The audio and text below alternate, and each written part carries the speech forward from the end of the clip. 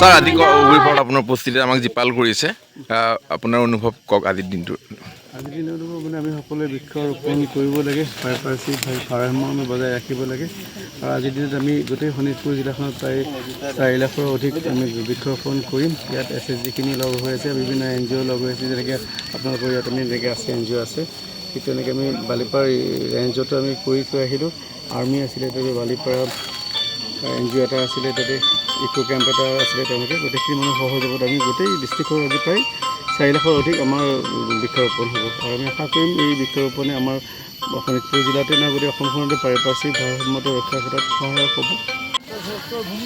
বকুল অনুভৱ কেনেকুৱা হৈছে আজি খুব সুন্দৰ হয় হয় আমি তেজপুৰৰ এই ব্ৰহ্মপুত্ৰ বিশাল ব্ৰহ্মপুত্ৰৰ কাষতে থকা ঔগুৰি পাহাৰ ইয়াত গছ গছনিৰ মাজতে অলপ ধ্বংস হৈছিলে কিন্তু আমি তেজপুৰ ঐক্য মঞ্চ আৰু বিভিন্ন সংগঠন গোট খাই লৈ পেলাই আমি আকৌ ইয়াত বৃক্ষৰোপণৰ ব্যৱস্থা কৰিছোঁ। আমাৰ উদ্দেশ্য হৈছে যে এই বান্দৰসকলক আমি এখন ৰাজ্য দিব পাৰোঁ নেকি। গছবোৰ ডাঙৰ হৈছে এতিয়া আচুতীয়া ৰাজ্য সেইকাৰণে আমি ফল মূলত বেছি গুৰুত্ব দিছোঁ আৰু সকলোকে অনুৰোধ জনাইছোঁ আহক ফল মূলৰ গছ এজোপা ৰুৱক আৰু সেই জীৱকুলো যাতে জীয়াই থাকে তাৰ এটা আমি প্ৰয়াস কৰোঁ আৰু আমি চেষ্টা কৰিলে চব সম্ভৱ হ'ব এদিন।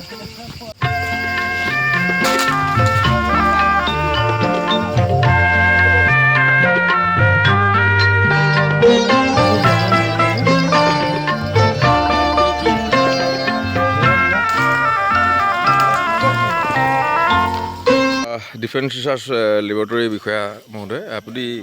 অগুৰি পাহাৰত যিহেতু এইবাৰ প্লান্টেশ্যনৰ কাৰণে গছবিলাক আগবঢ়াইছে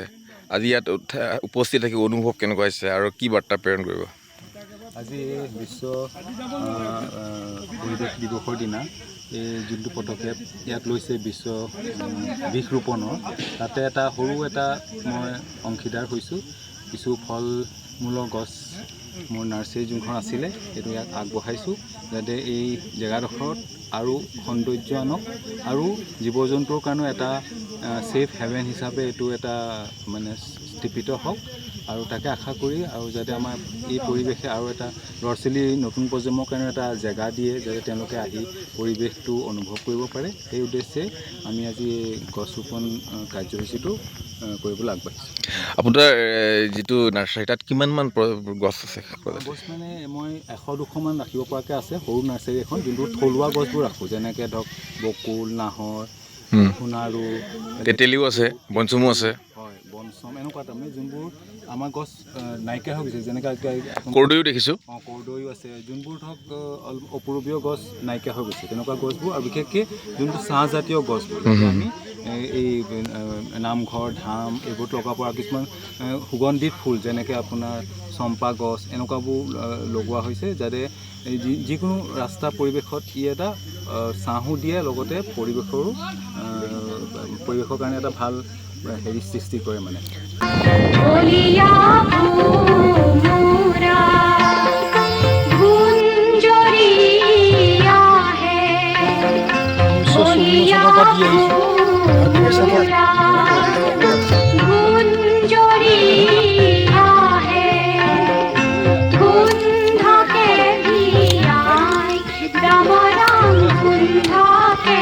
ছাৰ কওকচোন আপুনি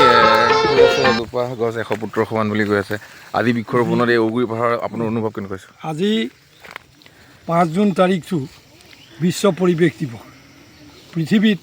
যিটো গোলকীয় উষ্ণতা বাঢ়িছে আৰু প্ৰকৃতিৰ লগত ভাৰসাম্য কমি আহিছে তেতিয়াই আন্তঃৰাষ্ট্ৰীয়ভাৱে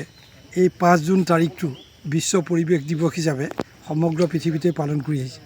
আমাৰ ভাৰতবৰ্ষ এখন প্ৰাকৃতিকভাৱে অতি সমৃদ্ধিশালী দেশ যিখনক আমাৰ প্ৰাচীন কালত জম্বুদ্বীপ নামেও জনা গৈছিলে। এই দেশখনত আমি দেখিছোঁ যে পৰ্বত পাহাৰ নদী জান জুৰি গছ গছনিৰে পৰিপূৰ্ণ হৈছে। বিশেষকৈ আমাৰ উত্তৰ পূৰ্বাঞ্চলখন জৈৱ বৈচিত্ৰ্যৰে চহকী এখন প্ৰকৃতিৰ ৰম্যভূমি। কিন্তু এই প্ৰকৃতিৰ ৰম্যভূমি যি গতিত আমাৰ বিদেশী বহিৰাগত বনিয়াৰ হাতত ধ্বংস হ'ব লাগিছে। আমাৰ তেজপুৰ এখন অতি ঐতিহ্যপূৰ্ণ পৌৰাণিক চহৰ। এই তেজপুৰ চহৰখন বোথ প্লেন্স এণ্ড হিলছ অৰ্থাৎ পাৰ্বত্য আৰু সমভূমি দুয়োটাৰে। ইয়াৰ কিছু অংশ সমভূমি আৰু বাকী অধিকাংশই ইয়াৰ পাহাৰ। এই পাহাৰবিলাক আমাৰ ভৈৰৱী বামুণী ঔগুৰি ধেনুখনা একেবাৰে শিঙৰিলৈকে এইটো এটা ৰেঞ্জ আৰু ব্ৰহ্মপুত্ৰৰ পাৰত এই তেজপুৰখন প্ৰাকৃতিকভাৱে অতি সুন্দৰ ঠাই ঐতিহাসিকভাৱে সামাজিকভাৱে সাংস্কৃতিকভাৱে ইয়াক অসমৰ দ্বিতীয় মানে ৰাজধানী বুলি কৈছে সাংস্কৃতিক ৰাজধানী বুলি কৈছে যিখনক অসমৰ সাংস্কৃতিক ৰাজধানী বুলি কোৱা হৈছে তেজপুৰ কিয়নো কলাগুৰু বিষ্ণুপ্ৰসাদ ৰাভা নটসূৰ্য ফণী শৰ্মা সুধাকণ্ঠ ডক্টৰ ভূপেন হাজৰিকা এখেতসকলৰ ধৰ্মৰত্ন গহনচন্দ্ৰ গোস্বামী এখেতসকলৰ কৰ্মভূমি হ'ল এই তেজপুৰ আৰু গতিকে যে আমি বন ধ্বংস নকৰি এই বনভূমি ৰক্ষা কৰিবলৈ বনজ সম্পদক ৰক্ষা কৰিবলৈ আমাৰ প্ৰাকৃতিক ভাৰসাম্য ৰক্ষা কৰিবলৈ আমি সকলোৱে আজিৰ এই দিনটোত সংকল্পবদ্ধ হ'ব লাগিব এই মোৰ অসমবাসী ৰাইজলৈ আহ্বান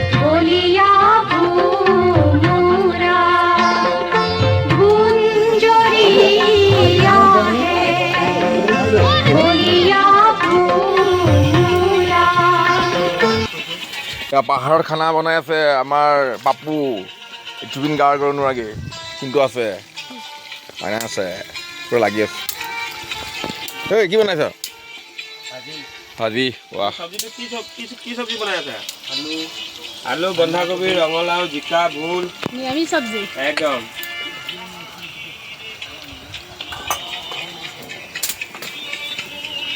পাপুকে কি মাছ ভাজিছে সোধক বাহু নে বাহু মাছ ভাজি আছোঁ বাহু বাহু লোকেল মাছ লোকেল বাহু কিমান টাইম লাগিব এইটো তোমাৰ ভাতটো কমপ্লিট দুটালৈ তৈয়াৰ হৈ যাব অঁ মীনা ভাত খাবা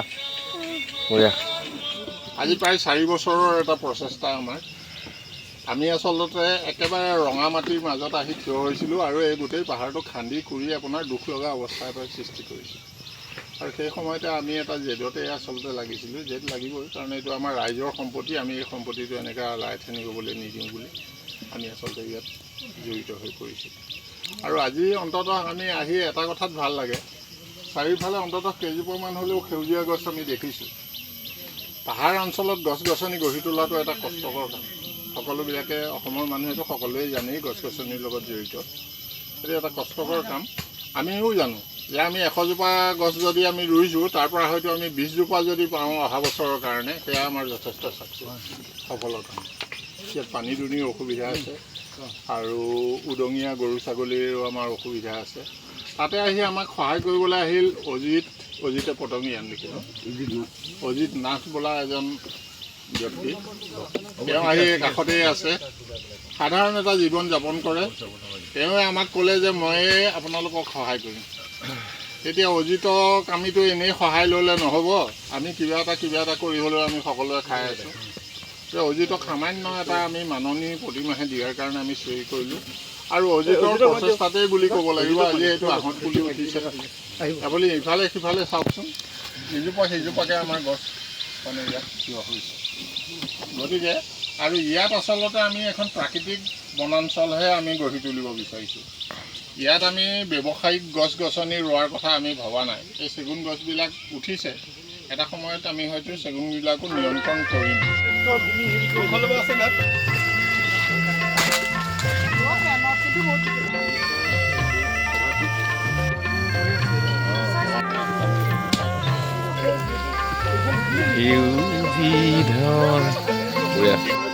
গাঁৱৰ ৰাইজে মানে একো কোৱা নাছিলে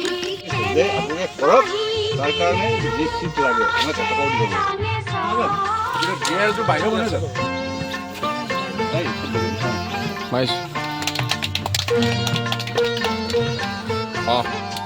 আমাৰ